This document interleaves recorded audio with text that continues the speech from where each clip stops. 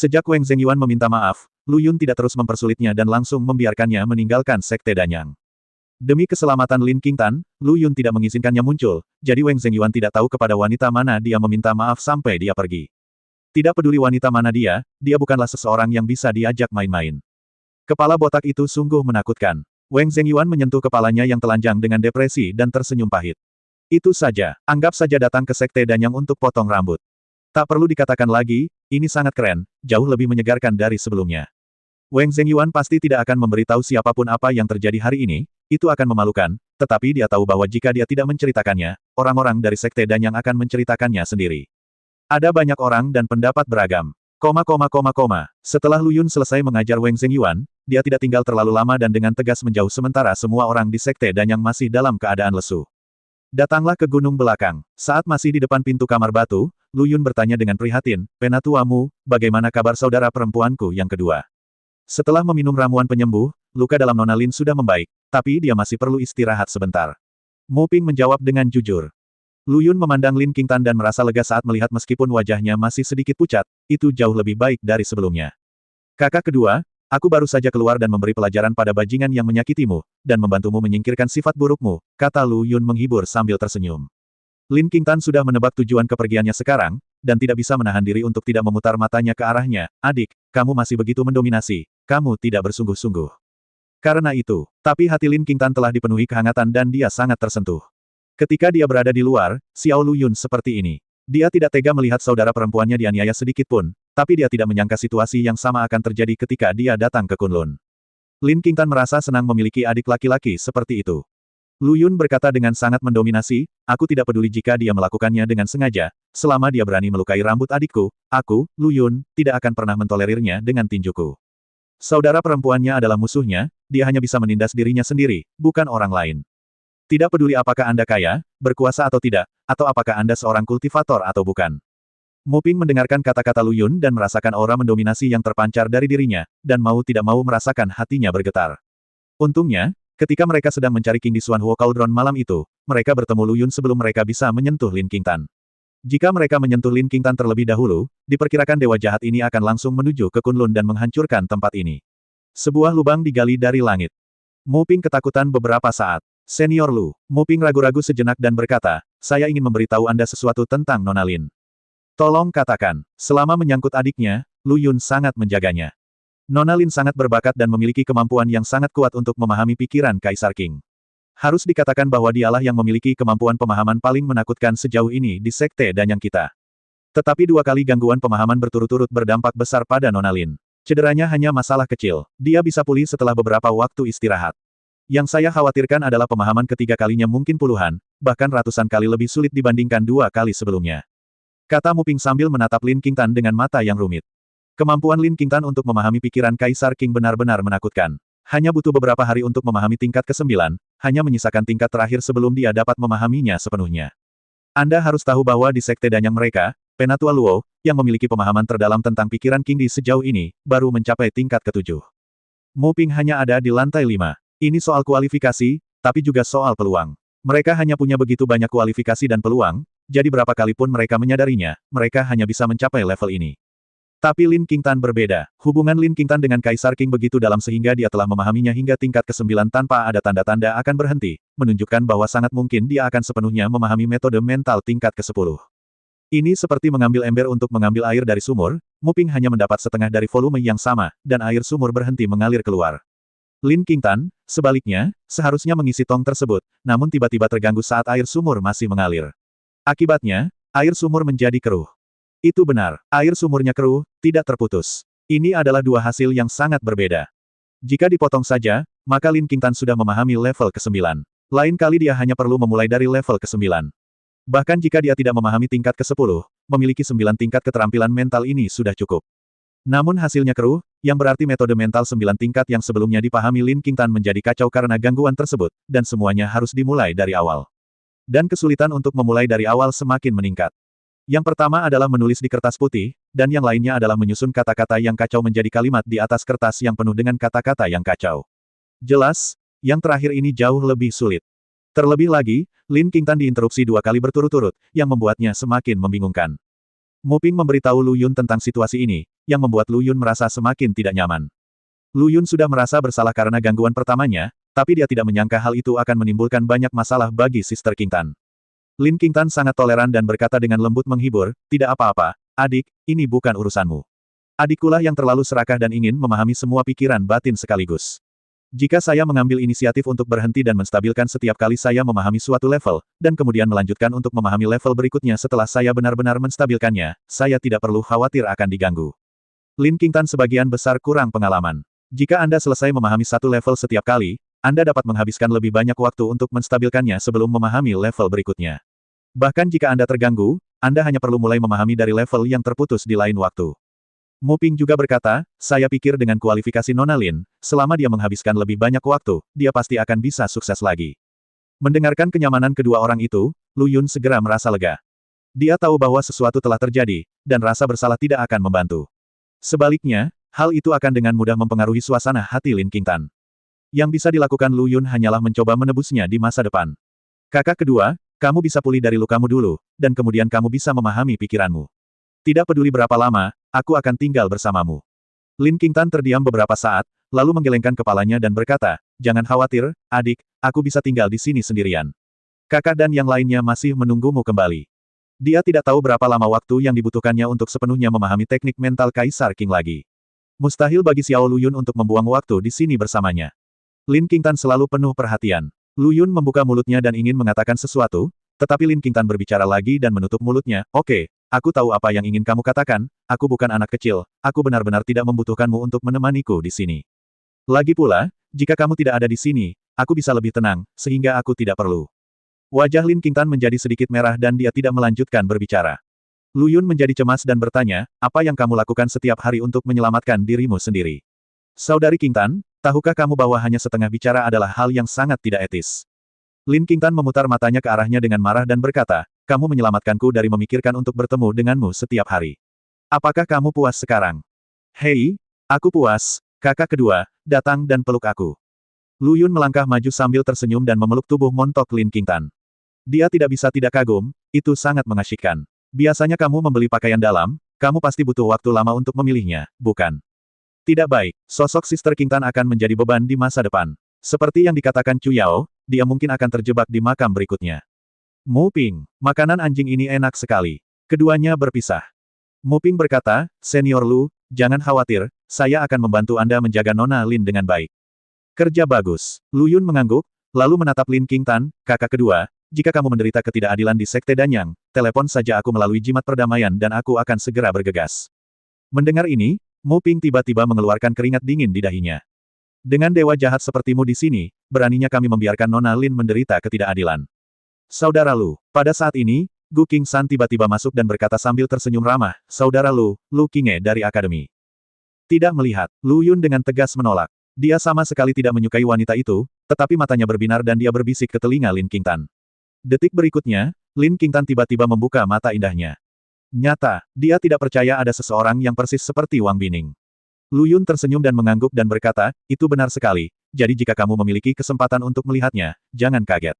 Selain itu, jangan biarkan mereka mengetahui keberadaan kakak keempat untuk saat ini. Lin King Tan merenung sejenak dan berkata, saya mengerti maksud Anda. Jangan khawatir, saya sangat ketat dengan mulut saya. Saat dia mengatakan ini, dia menepuk dadanya dengan percaya diri. Tepukan ini luar biasa, dan itu seperti gelombang demi gelombang, dan itu bergejolak. Lu Yun memanjakan matanya. Dia dengan cepat menggerakkan tubuhnya untuk memblokir Gu King San. Makan sendirian. Gu King San tertawa canggung dan berkata, Saudara Lu, jangan seperti ini. Gu adalah seorang pria terhormat. Saya tidak akan melihat hal-hal yang tidak seharusnya saya lakukan.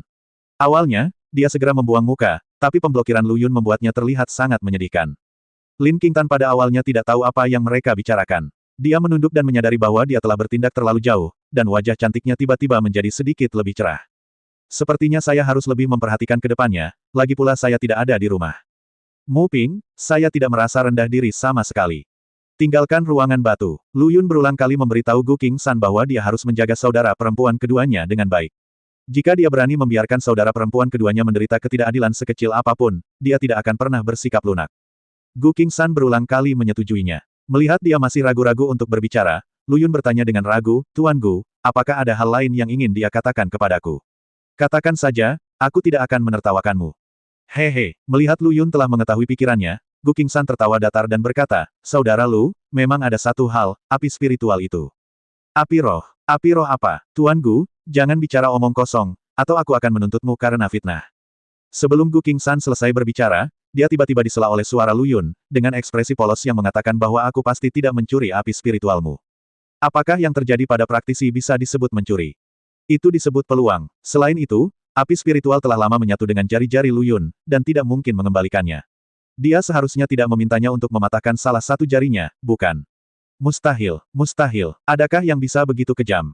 Tani Aoyama, ketika Lu Yun bertarung dengan Wang Zhengyuan sebelumnya, dia dengan jelas melepaskan api spiritual, dan hampir semua orang di Sekte Danyang dapat melihatnya dengan jelas. Beraninya dia bilang dia tidak mengambilnya. Saya pernah melihat orang berbohong dengan mata terbuka, tapi saya belum pernah melihat kebohongan yang begitu keterlaluan. Anggap saja aku baru saja kentut. Gu Qingsan meminta maaf dan berkata sambil tersenyum, iya, saya percaya pada karakter Saudara Lu. Saudara Lu jelas bukan tipe orang yang tidak tahu malu, licik, tidak masuk akal, dan tidak masuk akal. Dia jelas menerimanya tetapi bersikeras membenarkannya dengan mengatakan bahwa dia tidak mengambilnya. Jika Saudara Lu mengatakan dia tidak mengambilnya, itu benar. Sialan Patua, kamu benar-benar mampu. Lu Yun diam-diam mengutuk di dalam hatinya, dan berkata tanpa tersipu, karena pemimpin Sekte Gu juga percaya pada karakterku, aku tidak akan menjelaskan terlalu banyak, dan aku akan pergi. Lu Yun segera meninggalkan Sekte Danyang tanpa mengganggu siapapun, jadi pada dasarnya hanya sedikit orang yang tahu bahwa dia telah meninggalkan Sekte Danyang, dan mereka mengira dia bersembunyi di sudut dengan tidak menonjolkan diri. Meskipun Lu Yun pergi, pada periode berikutnya, legenda pria botak menyebar di Kunlun. Hampir semua sekte mengetahui bahwa seorang pemuda botak telah lahir di Sekte Danyang, dan kekuatannya sangat menakutkan. Bahkan Wang Zhengyuan, yang berada di tengah panggung Golden Dan, hanya bisa dikalahkan di depannya. Kunlun terguncang lagi. Semua orang merasa ngeri, dan mereka tidak tahu betapa besarnya keberuntungan yang dialami Sekte Danyang baru-baru ini. Pertama, penerus wasiat Kaisar Qing lahir, dan kemudian seorang pria botak yang kuat lahir. Sekte Danyang akan segera bangkit. Begitu banyak sekte datang mengunjunginya tanpa henti, ingin melihat pemuda botak legendaris, tetapi hasilnya sama seperti terakhir kali mereka datang mengunjungi pewaris wasiat Kaisar Qing, dan kembali tanpa hasil. Tentu, ini semua untuk nanti. Pada saat ini, area penerimaan VIP dari Sekte Danyang. Lu Qingye merasa menyesal dan benci. Dia menyaksikan dengan matanya sendiri adegan di mana Lu Yun menghancurkan Wang Zhengyuan, dan dia sangat terkejut. Kekuatan seorang pemuda berusia awal 20-an telah mencapai tingkat yang menakutkan, yang merupakan hal unik di Kunlun. Itu adalah seorang jenius yang hebat. Selain itu, Lu Qingye juga mengetahui dari diskusi di antara murid-murid Sekte Danyang di sekitarnya bahwa pemuda botak itu adalah pewaris wasiat Kaisar Qing yang selalu ingin dia kunjungi.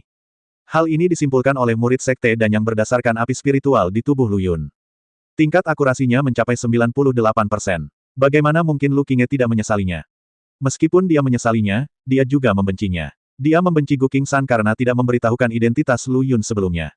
Jika dia tahu sebelumnya bahwa pemuda botak yang menamparkan pantat putrinya adalah pewaris wasiat Kaisar Qing, bagaimana Lu Qingye bisa memperlakukan Lu Yun dengan sikap yang begitu buruk?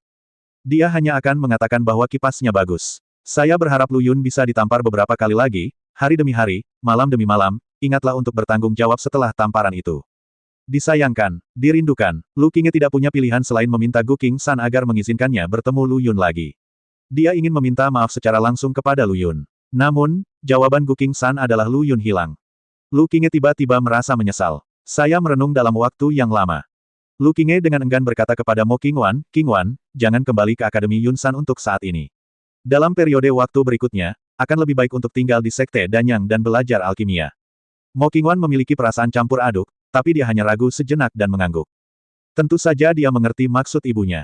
Di permukaan, dia ingin dia tinggal di sini untuk belajar alkimia, tapi kenyataannya, dia ingin dia mencari kesempatan untuk lebih banyak berhubungan dengan Lu Yun. Bagaimanapun, saya sudah hafal kepala botak itu, dan saya pasti akan mengenalinya setiap kali saya melihatnya lagi. Mo Qingwan sebenarnya tidak memiliki banyak perasaan terhadap Lu Yun, dan permohonan belas kasihan sebelumnya hanya karena rasa bersalah. Tapi dia memuja yang kuat. Harus dikatakan bahwa tidak ada gadis yang tidak mengagumi pria kuat, terutama pria muda yang tampan dan kuat. Jika dia bisa menjalin hubungan dengan Lu Yun, Mo Qingwan tidak akan merasa jijik. Sun Xiaoxue di samping berkata, Guru, bagaimana kalau saya tinggal bersama Qingwan? Dia tahu dengan jelas bahwa dia ditakdirkan untuk merindukan saudara lelaki botak tampan itu, karena dia bahkan tidak memiliki keberanian untuk bersaing di depan Mo Qingwan. Pria normal akan mengutamakan Mo Qingwan, yang memiliki penampilan dan temperamen lebih baik. Alasan mengapa Sun Xiaoxue tetap tinggal hanya karena dia memiliki hubungan baik dengan Mo Qingwan. Jika Mo Qingwan tinggal di sini, akan membosankan baginya untuk kembali ke akademi. Satu lagi adalah, bagaimana jika Lu Yun bersedia menerima beli satu, gratis satu? Bagaimana jika Sun Xiaoxue tidak keberatan melayani seorang pria bersama Mo Qingwan? Pikirannya bertepatan dengan pikiran Lu Qingye. Lu Qingye berpikir sejenak dan berkata, tidak apa-apa, jika kamu tinggal di Sekte Danyang, Qingwan akan memiliki teman. Kemudian, Lu Qingye memandang Gu Qingshan dan bertanya, Master Sekte Gu, kedua muridku ini telah lama mengagumi sektemu dan ingin tinggal di sektemu untuk berkunjung dan belajar. Master Sekte Gu tidak akan keberatan, kan? Hehe, Gu Qingshan diam-diam mengutuk perempuan jalang licik itu di dalam hatinya, namun berkata dengan senyum di wajahnya, itu adalah kehormatan Sekte Danyang kami. Mulai sekarang, kedua gadis itu akan tinggal di Sekte Danyang kami untuk belajar. Saya akan meminta orang untuk mengatur akomodasi. Bagaimana mungkin dia tidak mengetahui apa yang dipikirkan Lu Qingye? Tapi apakah ini berguna? Lu Yun telah meninggalkan Sekte Danyang dan Kunlun tanpa ada yang menyadarinya, dan berlari keluar untuk hidup bahagia.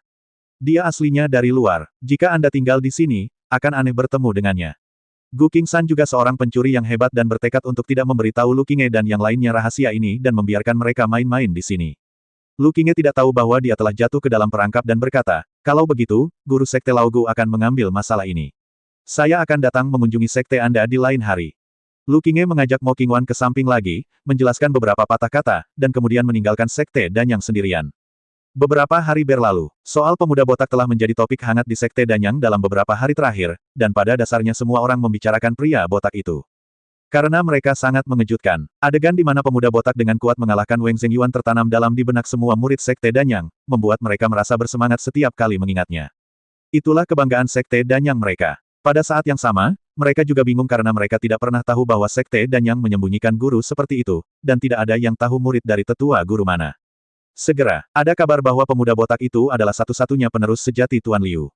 Semua orang tiba-tiba menyadari. Ternyata dia adalah murid sejati Tuan Liu. Pantas saja dia begitu kuat dan misterius. Qingwan, kita sudah di sini selama beberapa hari. Kita pergi jalan-jalan setiap hari, tapi kita belum pernah bertemu saudara laki-laki kita yang botak dan tampan. Apa menurutmu dia sengaja menghindari kita? Dua sosok Langsing dan Anggun berjalan dengan bosan di jalan. Sun Xiaoxue tidak bisa menahan diri untuk tidak mengeluh. Jejak kepahitan muncul di wajah cantik Mo Qingwan, tapi kemudian warna keras kepala melintas di mata indahnya, masih ada waktu yang lama, selama dia masih di Sekte Danyang, dia akan selalu bertemu dengannya. Awalnya dia tidak memiliki banyak perasaan terhadap Lu Yun, tetapi setelah berjalan-jalan selama beberapa hari tanpa melihat Lu Yun, sikap keras kepala Mo Qingwan muncul.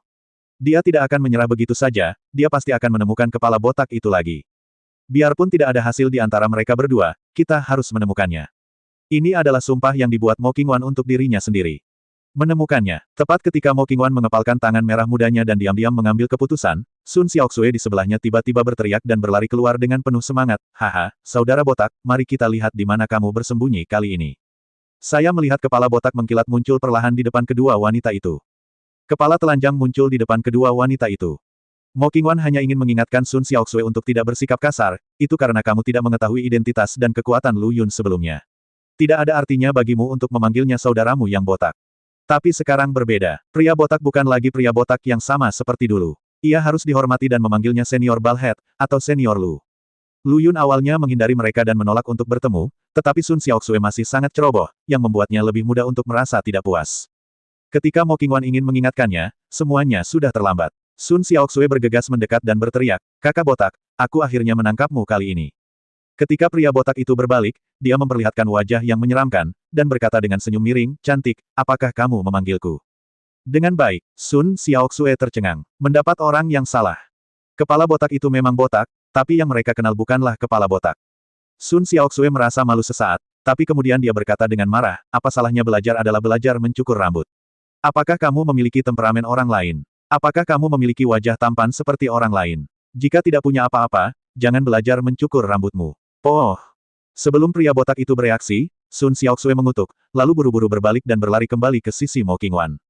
Selama aku berlari cukup cepat, rasa malu tidak akan bisa menyusulku. Pria botak itu dimarahi entah kenapa, dan wajahnya bingung, seperti biksu setinggi 2 kaki yang sedang kebingungan kepala. Saya botak dan saya mulia. Pria botak itu mengusap kepalanya dengan depresi, mengumpat dan pergi.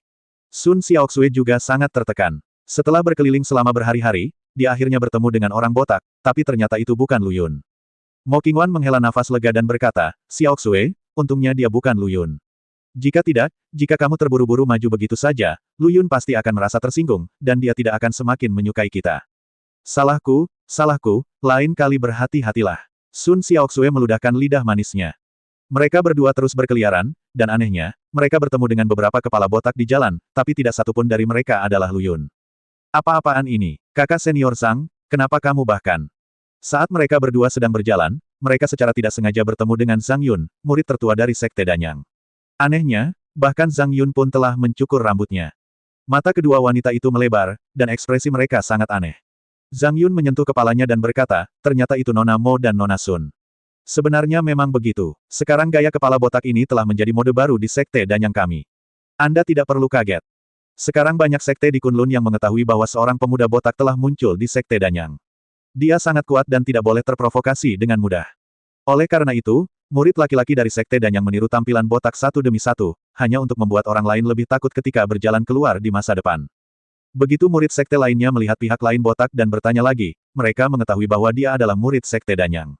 Mereka tidak berani menyinggung perasaannya dengan mudah, dan bahkan berinisiatif datang untuk menyanjungnya. Wajah yang luar biasa, Mo Qingwan dan Sun Xiaoxue tidak bisa berkata-kata. Sekarang semakin sulit menemukan Lu Yun yang botak. Mungkin Lu Yun sendiri tidak menyangka bahwa tindakan tidak sadarnya akan menyebabkan tren kepala botak di Sekte Danyang.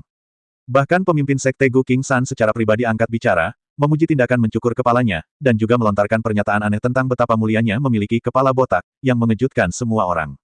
Dan mereka yang terlahir botak juga langsung mendapatkan kembali kepercayaan dirinya. Semua ini berkat Lu Yun. Saya tidak di Kunlun, tapi selalu ada legenda tentang kepala saya yang botak di Kunlun. Lu Yun tidak mengetahui hal ini. Dia sudah kembali ke rumah.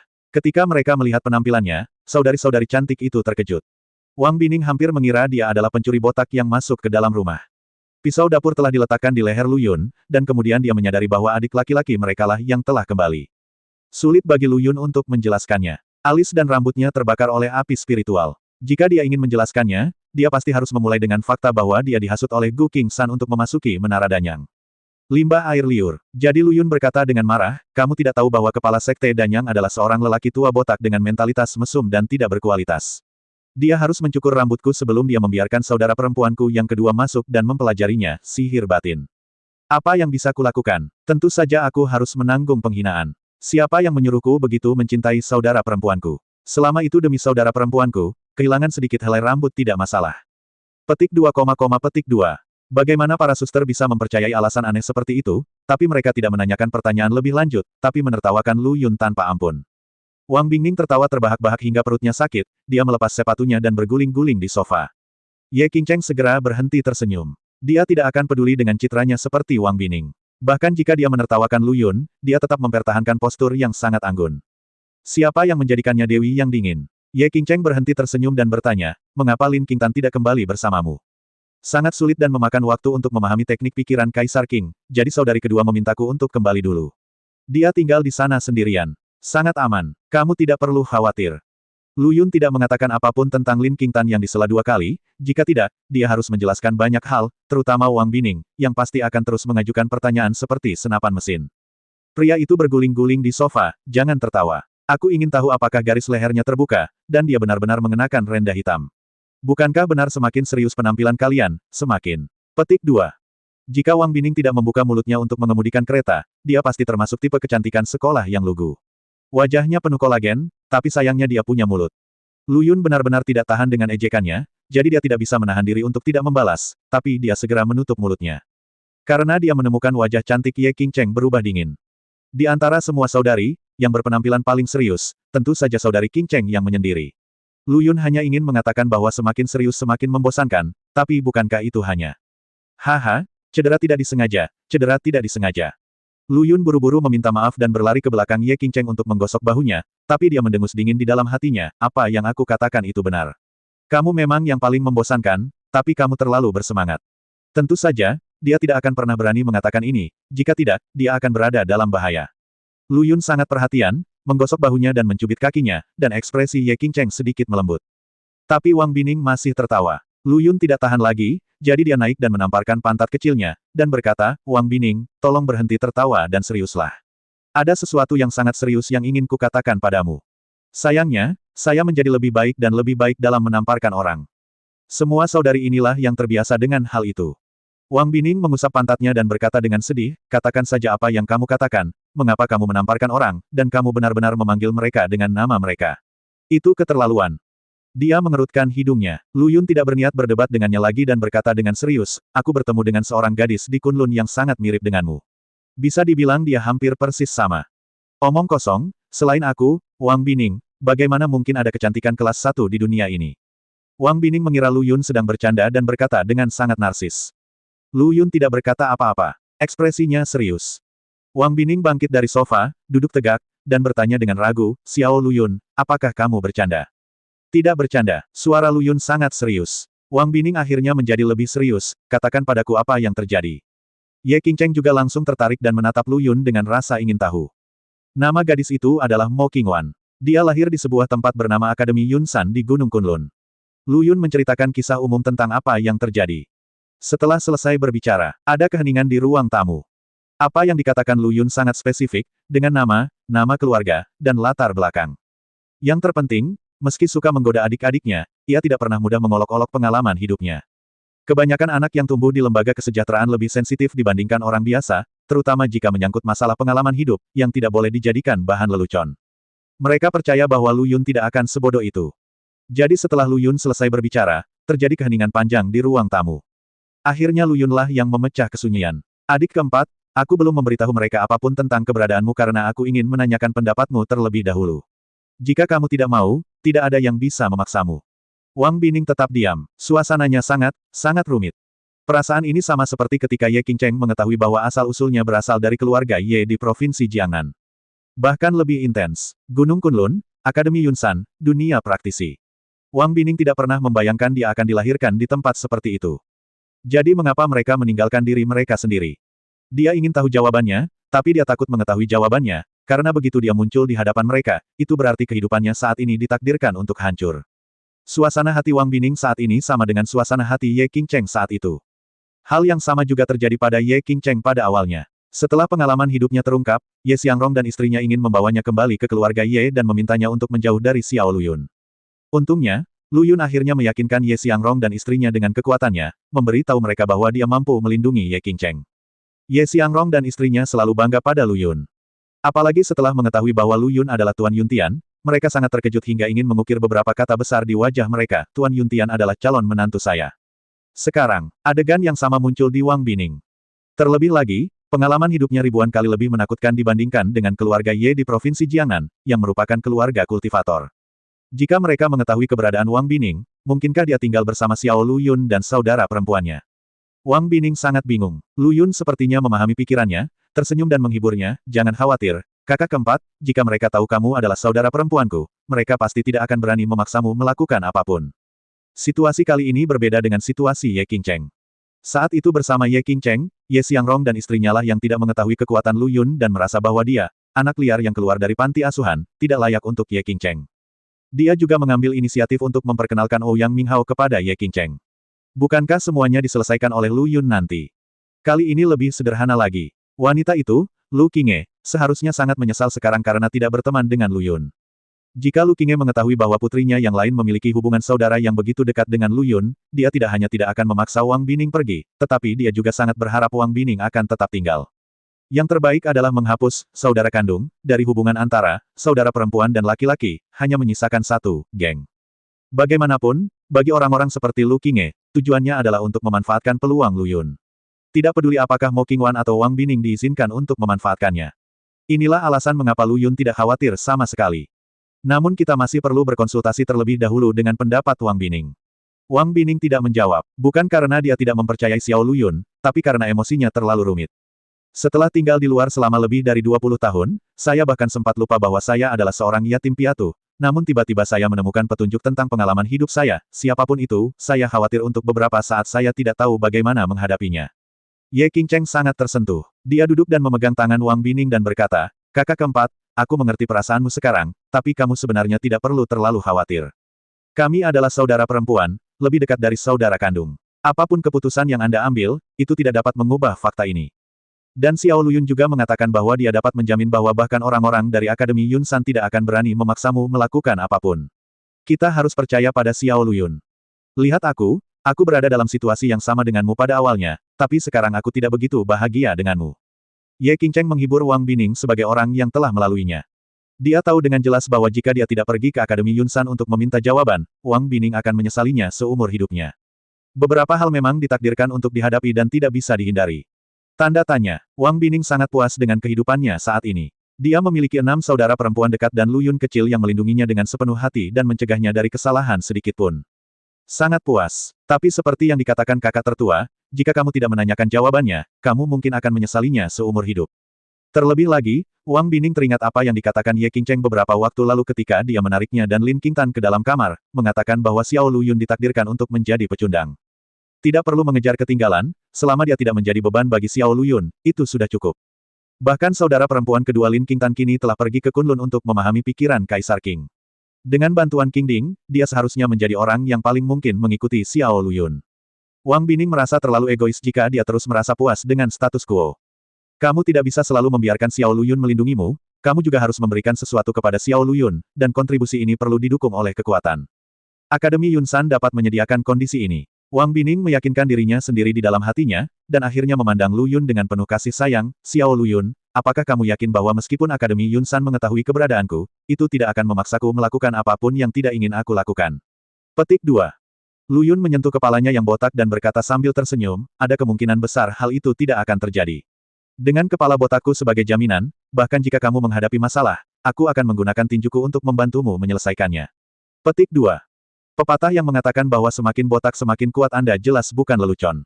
Mengesampingkan kekuatan Lu Yun sendiri, kekuatan jarinya yang menelan api spiritual tidak diragukan lagi. Apalagi, masih ada 2 niat pedang mengejutkan yang tersembunyi di telapak tangan Lu Yun. Dia tidak keberatan membelah Kunlun menjadi 2 jika ada yang berani mempersulit adiknya. Tidak sayang jika tanah suci bagi para penggarap menjadi reruntuhan. Lu Yun sangat mendominasi. Lu Yun kecil. Wang Bining sangat tersentuh sehingga dia mengulurkan tangannya untuk meminta pelukan. Begitu Lu Yun melangkah maju, dia tergantung di tubuh Lu Yun seperti pemalas dan menolak untuk melepaskannya. Ye Qingcheng melihatnya dengan ekspresi yang sangat rumit. Saat dia membujuk Wang Bining barusan, dia bertindak dengan sangat tenang, tetapi hatinya merasa sangat tidak nyaman. Sebelum, Ye Qingcheng adalah yang paling bergengsi di antara semua saudara perempuan. Bagaimanapun, dia adalah saudara perempuan tertua, dan dia juga saudara perempuan tertua yang berdarah dingin. Tapi sekarang, karena Lin Qingtan telah memasuki Kunlun, dan Wang Bining akan memasuki Akademi Yunsan, ini adalah peluang besar, menunjukkan bahwa mereka selangkah lebih dekat dengan Xiao Lu Yun. Ye Qingcheng merasa iri. Di saat yang sama, saya juga merasa sedikit rendah diri. Saya tidak menyangka bahwa sebagai kakak perempuan tertua, dia justru akan tertinggal 1 langkah di belakang adik perempuannya. Tapi Ye Qingcheng tidak menunjukkannya. Tepat ketika Ye Qingcheng sedang melamun, dia tiba-tiba merasakan tangan hangat di kepalanya, dengan lembut mengusap kepalanya. Ye Qingcheng terkejut dan mengangkat matanya untuk menatap Lu Yun. Saudari Qingcheng, aku tahu bahwa di antara semua saudari, kamulah yang paling cemburu. Apapun yang terjadi, aku tidak akan pernah mengecewakanmu. Wang Bining masih tergantung di tubuh Lu Yun, tapi dia dengan mudah mengulurkan telapak tangannya, menyentuh kepala Ye Qingcheng, dan berkata dengan mata penuh kasih. Ye Qingcheng masih ingin berpura-pura bersikap dingin dan menyangkal Lu Yun, yang paling suka cemburu, tapi saat dia bertemu mata Lu Yun, dia tiba-tiba melunak. Tubuh halusnya sedikit bergetar. Pada akhirnya, dia tiba-tiba mengangguk dan menjawab setipis nyamuk, iya. Untuk pertama kalinya, dia mengetahui bahwa Lu Yun kecil telah berubah menjadi anak laki-laki dewasa. Perasaan ini belum pernah muncul sebelumnya. Termasuk sebelumnya, ketika dia mengetahui bahwa Xiao Lu Yun adalah Tuan Yuntian, Ye Qingcheng tidak merasa seperti ini, tapi diam-diam bangga pada Xiao Lu Yun. Jauh di lubuk hatiku, aku masih menganggapnya sebagai adikku dan ingin melindunginya. Sampai sekarang, ketika telapak tangan Lu Yun menyentuh kepala Ye Qingcheng dan melihat ekspresi penuh kasih sayang, Ye Qingcheng tiba-tiba menyadari bahwa Lu Yun kecil telah tumbuh begitu besar. Tentu saja, ini juga kesalahan Lu Yun. Dulu, dia selalu bersikap tidak berterima kasih di depan Ye Qingcheng, seperti anak kecil yang belum dewasa. Bahkan untuk beberapa saat, ketika Lu Yun berdiri di depan Ye Qingcheng, mencegahnya diintimidasi oleh siapapun, Ye Qingcheng akan merasa bahwa dia telah dewasa dan menjadi seseorang yang dapat diandalkan. Namun segera, setelah berurusan dengan orang-orang jahat itu, dia menjadi ceroboh lagi. Ye Qingcheng merasa seperti sedang berhalusinasi. Ternyata Lu Yun kecil belum dewasa. Tapi hari ini berbeda. Jarang sekali Lu Yun menjadi serius, dan dia mengucapkan kata-kata ini dengan sangat serius, yang secara langsung menyentuh titik lemah di hati Ye Qingcheng. Jadi Ye Qingcheng tidak membantah atau melawan, dia juga tidak berpura-pura bersikap dingin. Sebaliknya, seperti gadis kecil yang berperilaku baik, dia membiarkan pria kesayangannya membelai kepalanya. Ada rasa bahagia di hati saya. Bunuh dengan menyentuh kepala. Ini sangat berdampak pada seorang gadis. Hal ini berlaku bahkan untuk gadis yang paling dingin sekalipun. Tentu saja, ada premis bahwa orang yang menyentuh kepala gadis itu adalah pria yang disukainya, jika tidak, dia hanya akan diberikan sepasang borgol perak. Melihat perubahan mood Ye Qingcheng, Lu Yun menghela nafas dalam hatinya. Baru saja, dia secara alami menyadari kekecewaan di mata Ye Qingcheng. Kakak perempuan yang menyendiri ini selalu seperti ini. Lu Yun melihatnya sekilas. Lu Yun kecil. Pemandangan hangat seperti itu tidak berlangsung lama, dan tiba-tiba terdengar suara serius yang memecah suasana. Saya melihat Liu Yaner bergegas masuk seperti badai. Ketika Lu Yun pertama kali kembali, Liu Yaner ada di sana dan menertawakan kepalanya yang botak bersama Wang Bining, tapi dia tidak tahu bagaimana cara keluar sekarang. Saat itu, perhatian Lu Yun tertuju pada Wang Bining, jadi dia tidak terlalu memperhatikannya. Tidak mungkin saudara perempuannya keluar dan menanyakan pendapatnya terlebih dahulu, bukan? Baru kemudian saya menyadari bahwa ada sesuatu yang salah dengan ekspresi Liu Yaner. Tanda tanya. Liu Yaner tiba-tiba menyela, dan Ye Qingcheng langsung kembali ke citra kakak perempuan yang dingin dari keadaan berperilaku baik tadi. Lu Yun diam-diam berteriak dengan penyesalan. Butuh banyak usaha bagi Sister Qingcheng untuk melepaskan sikap pendiamnya dan menjadi gadis kecil yang patuh. Namun, gangguan Liu Yan benar-benar merusak suasana harmonis. Lu Yun tidak bisa menahan diri untuk tidak menatap tajam ke arah Liu Yaner. Tapi dia tampak serius. Kemudian dia bertanya, Saudari Yaner, apa yang baru saja kamu lakukan? Mengapa kamu terlihat begitu serius? Mungkinkah ada orang buta yang menyinggung perasaanmu? Lu Yun juga terkejut. Bagaimanapun, Liu Yaner juga seorang kultivator sekarang. Meskipun dia baru dalam masa pemurnian Qi, orang biasa tidak akan berani dengan mudah menyinggung perasaannya yang begitu kejam. Memiliki masalah. Liu Yaner tidak menyembunyikan apapun dan berkata, Xiao Lu Yun, izinkan saya mengatakan yang sebenarnya. Saat kamu tidak ada di rumah akhir-akhir ini, saya selalu merasa ada yang tidak beres di rumah. Kakak ketiga, jangan menakutiku, aku takut. Wang Bining sudah tergantung di tubuh Lu Yun, ketika dia mendengar kata-kata Liu Yan, dia segera memeluknya lebih erat. Dia menyandarkan kepala kecilnya di bahu Lu Yun dan melihat sekeliling dengan gugup. Liu Yaner berkata tanpa berkata-kata, Wang Bining, berhentilah berpura-pura. Jika kamu ingin memanfaatkan Xiao Lu Yun, katakan saja. Lagi pula kamu bukanlah seorang reporter perang. Apakah kamu begitu pengecut? Apa maksudnya enggan? Orang-orang sudah baik. Wang Bining bergumam tidak puas, lalu berkata, saya pernah berhubungan dengan orang sebelumnya, tetapi yang Anda bicarakan adalah hantu. Bukankah normal jika saya merasa takut? Kapan aku bilang ada hantu? Liu Yaner memutar matanya. Saat kamu bilang ada yang tidak beres di rumah, bukankah kamu hanya mengatakan ada hantu? Wang Bining, kamu jelas-jelas mengada-ada, tapi kamu masih berani memfitnahku. Menurutku kamu punya sesuatu dalam pikiranmu. Apakah kamu ingin melahap Xiao Lu Yun sendirian? Katakan padaku.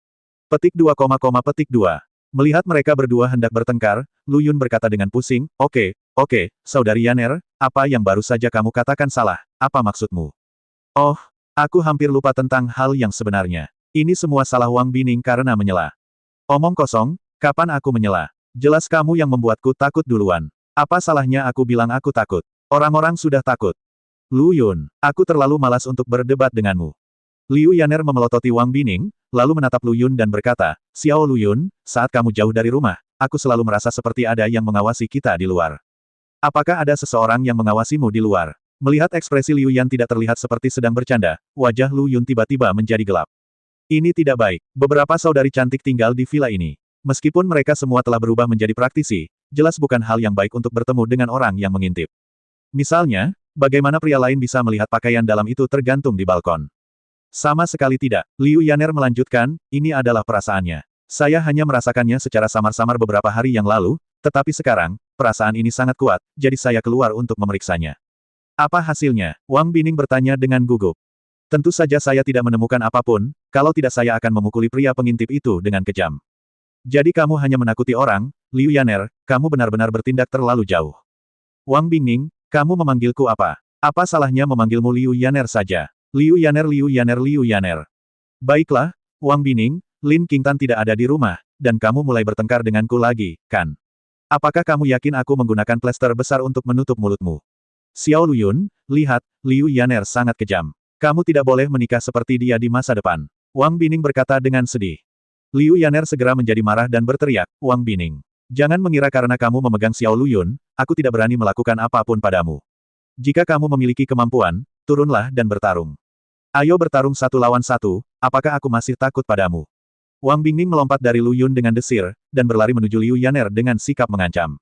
Setiap orang berada dalam masa pemurnian Qi, siapa yang takut pada siapa? Lu Yun benar-benar tidak bisa berkata-kata, tapi dia terlalu malas untuk peduli. Sebaliknya, dia menoleh untuk melihat ke arah Ye Qingcheng, yang sedang duduk di sofa dengan sosok ramping dan kaki panjang, ramping dan bulat bertumpuk rapat, mempertahankan postur yang elegan. Dia telah kembali ke dirinya yang biasa. Alasan mengapa Lu Yun memandangnya sederhana saja. Di antara semua saudari, Ye Qingcheng memiliki indera keenam yang terkuat. Jika seseorang benar-benar mengintip keluar villa akhir-akhir ini, dan Liu Yaner dapat mendeteksinya, maka Ye Qingcheng pasti dapat lebih merasakannya. Ye Qingcheng secara alami mengerti apa yang dimaksud Lu Yun, tapi dia menggelengkan kepalanya dengan acuh tak acuh. Apakah Sister Yaner benar-benar mencoba menakut-nakuti orang? Lu Yun bingung. Melihat kembali Liu Yaner dan Wang Bining yang berjuang bersama, mereka tiba-tiba menjadi semakin terdiam. Menurut Anda mengapa Anda juga seorang kultivator? Mengapa Anda bertingkah seperti gadis biasa ketika berkelahi? Anda menarik rambut Anda atau merobek pakaian Anda, atau Anda menggigit orang lain? Aduh, kalian semua cantik setingkat dewi, bagaimana kalian bisa begitu kasar? Itu benar-benar merusak citranya. Lu Yun mengalami sakit kepala yang luar biasa. Jika Anda ingin mengakhiri perkelahian dan membicarakan baik-baik tentang Liu Yaner, tolong berhenti ngelantur. Tapi saat ini, mata Lu Yun tiba-tiba memadat. Pada saat yang sama, tubuh Ye Qingcheng langsung tegak, dan sedikit rasa dingin muncul di wajah cantiknya. Jelas sekali, keduanya menyadari ada yang tidak beres pada saat bersamaan. Ada aura kultivator yang mendekat ke sini, dan kekuatan mereka tidak rendah. Liu Yaner tidak bercanda, seseorang memang sedang menatap mereka, tapi mungkin jaraknya jauh sebelumnya, jadi bahkan Ye Qingcheng tidak menyadarinya. Akibatnya, Liu Yaner memperhatikannya dengan aneh. Pada saat ini, Ye Qingcheng, Liu Yaner, dan Wang Bining, yang juga menjadi seorang kultivator, semua merasakan aura mendekat, jadi mereka berdua berhenti pada saat bersamaan. Lihat keluar, seperti menghadapi musuh yang tangguh. Sudah kubilang ada seseorang yang mengintip keluar, tapi kamu masih tidak percaya padaku. Sekarang apakah kamu percaya bahwa aku tidak berbohong padamu? Liu Yaner berkata sedikit marah dan sedih. Terutama Wang Bining, tidak masalah jika dia tidak percaya pada dirinya sendiri, dia sebenarnya berpikir bahwa dia sengaja menakutinya dan bersikeras untuk melawannya. Liu Yaner merasa sangat bersalah. Kalian tetap di ruang tamu, aku akan keluar dan melihat. Lu Yun mengaku, lalu segera meninggalkan Green Villa. Ini tidak lagi sesederhana mengintip. Pihak lain adalah seorang kultivator dan kemungkinan besar datang untuknya. Jika tidak, dia tidak akan menatapnya selama berhari-hari. Dia kebetulan kembali dan mulai mengungkapkan kehadirannya. Setelah Lu Yun pergi, Ye Qingcheng dan yang lainnya merenung sejenak, lalu memutuskan untuk keluar dan melihat-lihat. Di luar villa hijau, seorang pria bertubuh kuat mendekat dengan kecepatan tinggi, ekspresinya acuh tak acuh, tapi matanya melepaskan niat membunuh yang sangat kuat. Bas, langkah kaki pria itu tiba-tiba terhenti. Karena sebelumnya dia terlalu cepat, tiba-tiba berhenti, kakinya langsung menyentuh tanah dan melangkah ke dalam dua lubang besar. Di seberangnya berdiri seorang pemuda botak. Surga, Raja Surga. Pria itu menatap Lu Yun dengan acuh tak acuh, perlahan membuka mulutnya, dan melontarkan 3 kata. Lu Yun menyipitkan matanya sedikit dan berkata dengan heran, kamu memang di sini untukku, tetapi fakta bahwa kamu dapat mengucapkan 3 kata Raja Tianzhen memang sedikit di luar dugaanku. Dia tidak mengenal pria ini. Tetapi ketika saya merasakan aura sang kultivator, saya menduga pihak lain kemungkinan besar berasal dari Gunung Kunlun. Sekte Pedang Hantu, Akademi Yunsan. Lu Yun ingat bahwa kedua kekuatan inilah yang tampaknya menaruh dendam padanya. Namun ketika mendengar pria itu mengucapkan kata, Raja Tianzhen, Lu Yun mengesampingkan dua kemungkinan ini. Jadi, mata Lu Yun menunjukkan cahaya dingin dan dia bertanya, siapa yang mengirimmu ke sini? Mungkinkah beberapa hal yang aku, Raja Tianxi, lakukan telah menyinggung kepentinganmu? Jika kepentingan pihak lain tidak dilanggar, bagaimana bisa pihak lain tiba-tiba datang membunuh saya? Itu benar, tubuh pria ini dipenuhi dengan niat membunuh yang kuat. Pria itu mencibir dan berkata, itu tidak dianggap melanggar kepentingan. Kami semua tahu bahwa kamu, seorang badut, suka pamer sebagai pahlawan, dan kami terlalu malas untuk memperhatikanmu, tetapi ada beberapa aturan yang kamu tidak bisa melampauinya. Oh, apa aturannya? Lu Yun mengangkat alisnya dan bertanya dengan penuh minat. Pria itu menggelengkan kepala. Kamu tidak mengerti bahkan setelah aku memberitahumu. Lagi pula, kamu adalah orang yang sedang sekarat, jadi tidak perlu mengetahui hal ini. Dunia ini jauh lebih rumit dari yang kamu kira. Aliansi pembunuh dewa itu hanyalah sekelompok ayam dan anjing. Orang-orang dengan kekuatan nyata bahkan tidak repot-repot menghadapinya, jadi kamu tidak perlu berpuas diri. Terakhir, saya ingin memberi Anda sedikit nasihat. Di kehidupan Anda selanjutnya, jadilah orang yang rendah hati. Jika Anda bersikeras untuk menjadi pusat perhatian, Anda hanya akan membuat orang tertawa. Pria itu selesai berbicara dalam satu tarikan napas, dan niat membunuh di tubuhnya telah mencapai puncaknya. Begitu dia melangkah, energi sejatinya melonjak seperti harimau menuruni gunung dan meraung. Periode ramuan emas. Lu Yun mengerutkan kening. Dia selalu berpikir bahwa sebagian besar kultivator, terutama mereka yang berada di tahap inti emas, pasti berada di Kunlun. Namun kini tampaknya tidak demikian. Pria aneh di depan saya jelas bukan dari Kunlun, tetapi dia adalah seorang kultivator, dan dia juga seorang kultivator pada tahap inti emas. Benarkah, seperti yang dia katakan, bahwa dunia ini lebih rumit dari yang dia bayangkan? Lebih rumit dari Kunlun. Lu Yun mengerutkan kening dan berpikir. Meski musuh sudah menyerangnya, dia tetap bergeming dan memikirkan baik-baik apa yang baru saja dikatakan pria itu. Melihat penampilannya, pria aneh itu tidak bisa menahan cibiran dan berkata, apakah kamu takut? Sekarang kamu tahu betapa konyolnya perilakumu sebelumnya. Kamu, yang disebut Raja Dewa, tidak lebih dari semut di mata kami. Petik 2. Melihat Lu Yun tertegun di sana, dia mengira dia terintimidasi oleh momentumnya. Di tahap inti emas, baik di Kunlun atau di antara kekuatan tersembunyi di dunia ini, keberadaannya sudah sangat menakutkan, cukup untuk mendominasi satu sisi. Pria memiliki kepercayaan diri ini. Suara mendesing. Dalam sekejap mata, pria itu bergegas menuju Lu Yun. Niat membunuh dan energi sejati di tubuhnya meledak pada saat yang sama, menyatu menjadi kekuatan yang menakutkan dan menamparkan kepala Lu Yun. Lihat dengan jelas, ini disebut membunuh dewa. Tidak, ini seharusnya disebut membunuh semut dengan santai. Pria itu tersenyum percaya diri dan bertepuk tangan, tidak lupa mengejek Lu Yun. Aliansi pembunuh dewa sebelumnya hanyalah sebuah lelucon. Di mata mereka, apa yang disebut pembunuhan Tuhan sebenarnya sesederhana menghancurkan seekor semut sampai mati di mata manusia. Raja Tianzhen, Tuan Yuntian, omong kosong. Aku hanya tidak mau repot-repot memperhatikannya. Kalau bukan karena dia terlalu gelisah, aku tidak akan repot-repot mengambil tindakan. Ledakan, Zenki meledak. Namun, pada saat ini, alis Lu Yun tiba-tiba mengendur, dan dia menyeringai, kamu benar, itu semudah menghancurkan seekor semut sampai mati, tetapi semut ini adalah kamu. Mata Lu Yun tiba-tiba menjadi tajam, dan dengan satu telapak tangan dia meraih pergelangan tangan pria itu dengan akurat. Kemudian, tubuhnya mundur dengan keras. Ia berubah menjadi bayangan dan mundur dengan kecepatan yang sangat cepat. Dalam waktu hampir setengah napas, ia mundur sejauh ratusan meter. Dan salah satu telapak tangan Lu Yun dengan kuat menggenggam pergelangan tangan pria itu, yang berarti dia menyeret pria itu sejauh 100 meter dalam sekejap. Ledakan. Setelah diseret jauh, Lu Yun berhenti dan pada saat yang sama mengangkat lututnya untuk memukulnya. Sejak pria itu diseret, kakinya terangkat dari tanah dan tubuhnya hampir sejajar dengan tanah. Lu Yun membentur dagunya dengan kuat. Engah, pria itu muntah darah dan mandibulanya hancur. Niat membunuh di matanya sudah lama menghilang, dan berubah menjadi ekspresi ngeri. Kesalahan, Raja Tianzhen ini sangat sakti dan bukan sekadar badut pamer seperti yang mereka duga sebelumnya. Raksasa, jelas sekali bahwa Pangeran Ming masih sangat muda tetapi memiliki kekuatan yang sangat menakutkan. Ini adalah pertama kalinya pria aneh itu menghadapi situasi yang aneh, jadi dia berbalik dan lari. Pria aneh itu mengutuk monster di dalam hatinya, mengabaikan rasa sakit di rahangnya, berbalik dan melarikan diri dengan cepat, bahkan tidak berani melihat ke belakang. Ingin pergi, bagaimana Lu Yun bisa membiarkannya kabur begitu saja? Saya tidak tahu dari mana kekuatan orang ini berasal, tetapi sejak dia muncul, itu berarti ada beberapa bahaya tersembunyi yang tidak dia ketahui. Yang paling tidak disukai Lu Yun adalah adanya bahaya tersembunyi.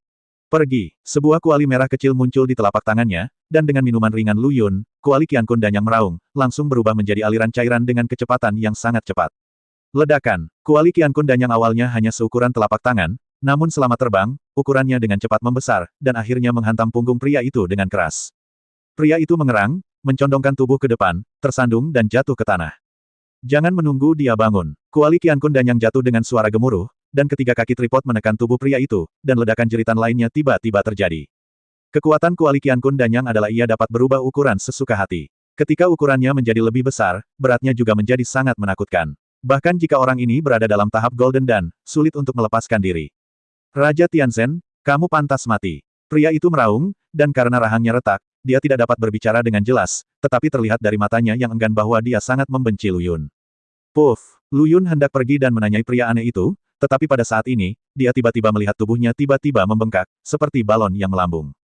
Penghancuran diri, mata Lu Yun menyipit dan dia maju bukannya mundur, tapi itu masih terlambat satu langkah. Perut pria aneh itu telah meledak, dan ramuan emas energi murni melayang keluar. Saat hendak meledak, cahaya putih tiba-tiba muncul dari telapak tangan Lu Yun.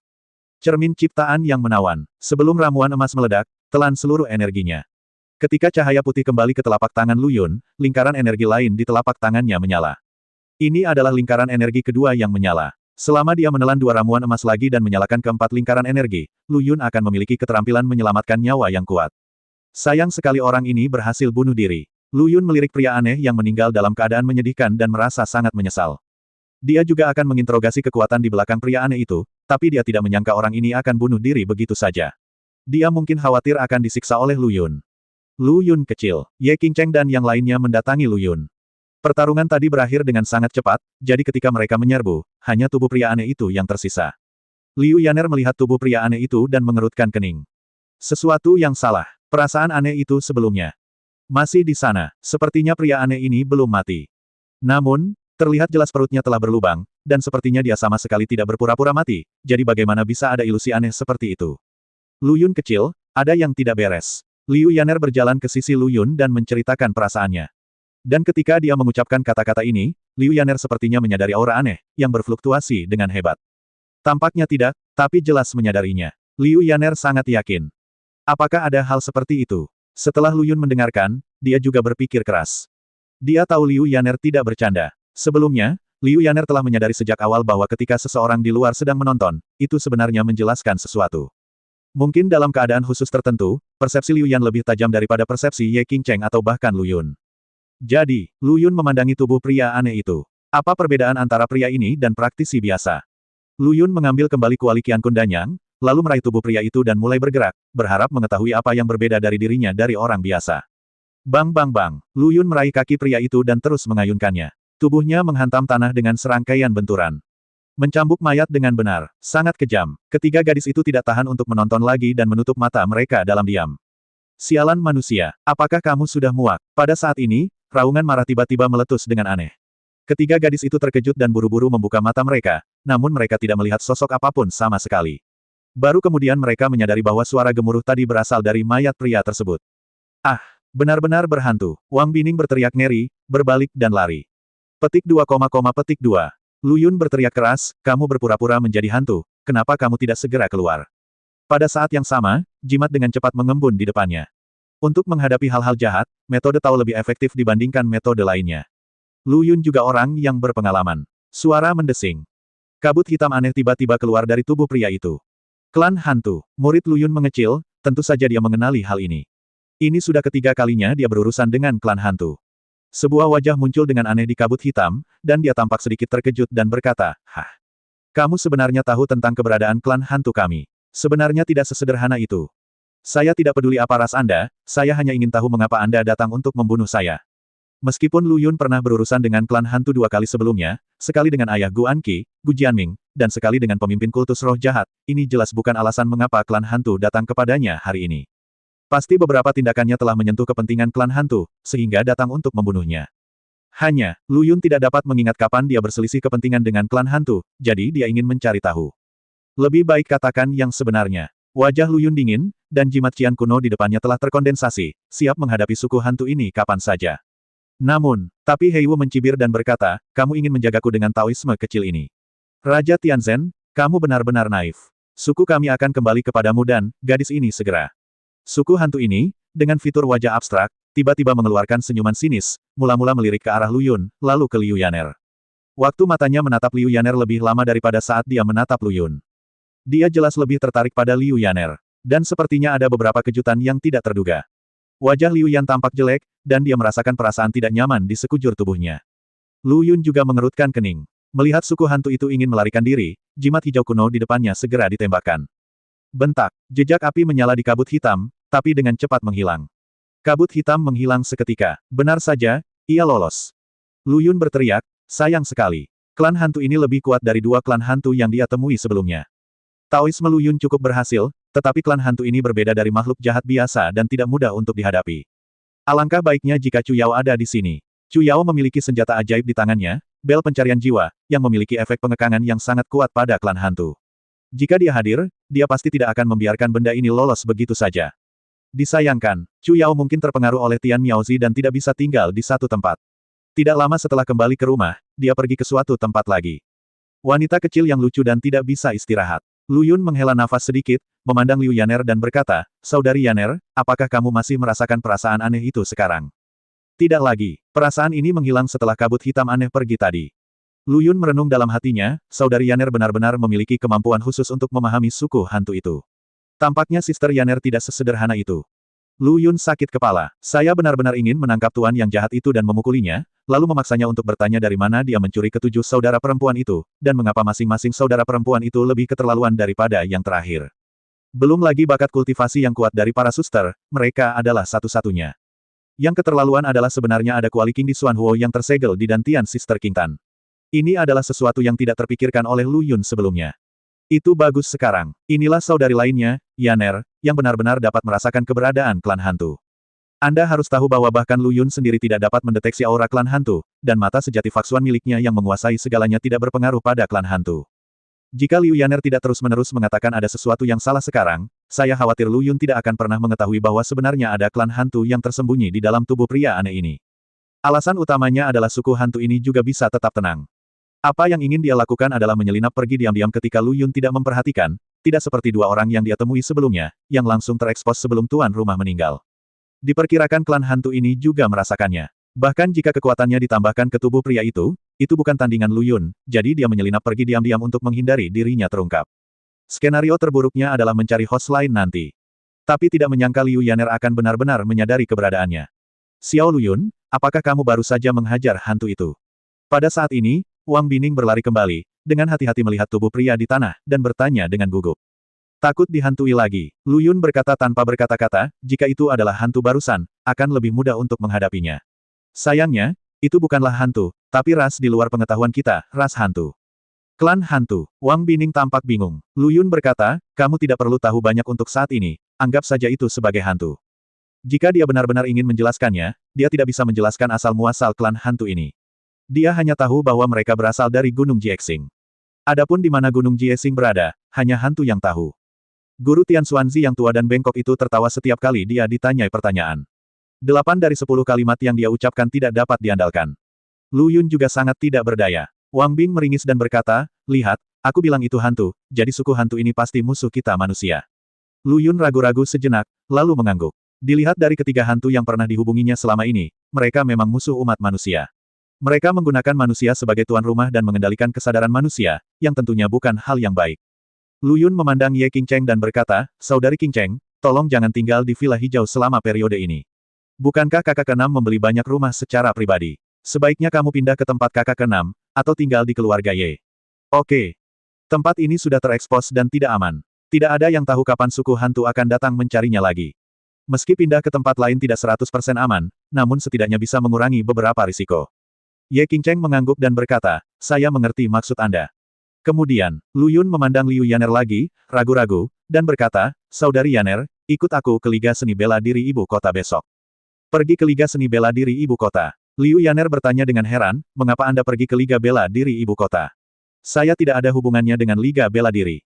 Saudari Yaner, apakah kamu masih ingat bahwa kamu memberitahuku sebelumnya bahwa bagian dari ingatanmu adalah tentang kesan Paviliun Bayangan? Faktanya, Paviliun Bayangan adalah kekuatan gelap dari aliansi bela diri sebelumnya. Apa? Mendengar kata-kata Lu Yun, ketiga gadis itu berseru pelan, dengan ekspresi tidak percaya di wajah mereka. Setelah menjadi seorang kultivator, Liu Yaner telah mengaku kepada beberapa saudara perempuannya bahwa dia telah bergabung dengan Paviliun Bayangan, sehingga mereka semua tahu bahwa Paviliun Bayangan adalah organisasi pembunuh. Wu Meng melambangkan keadilan. Kedua organisasi ini sebenarnya berkolusi, yang memang di luar dugaan semua orang.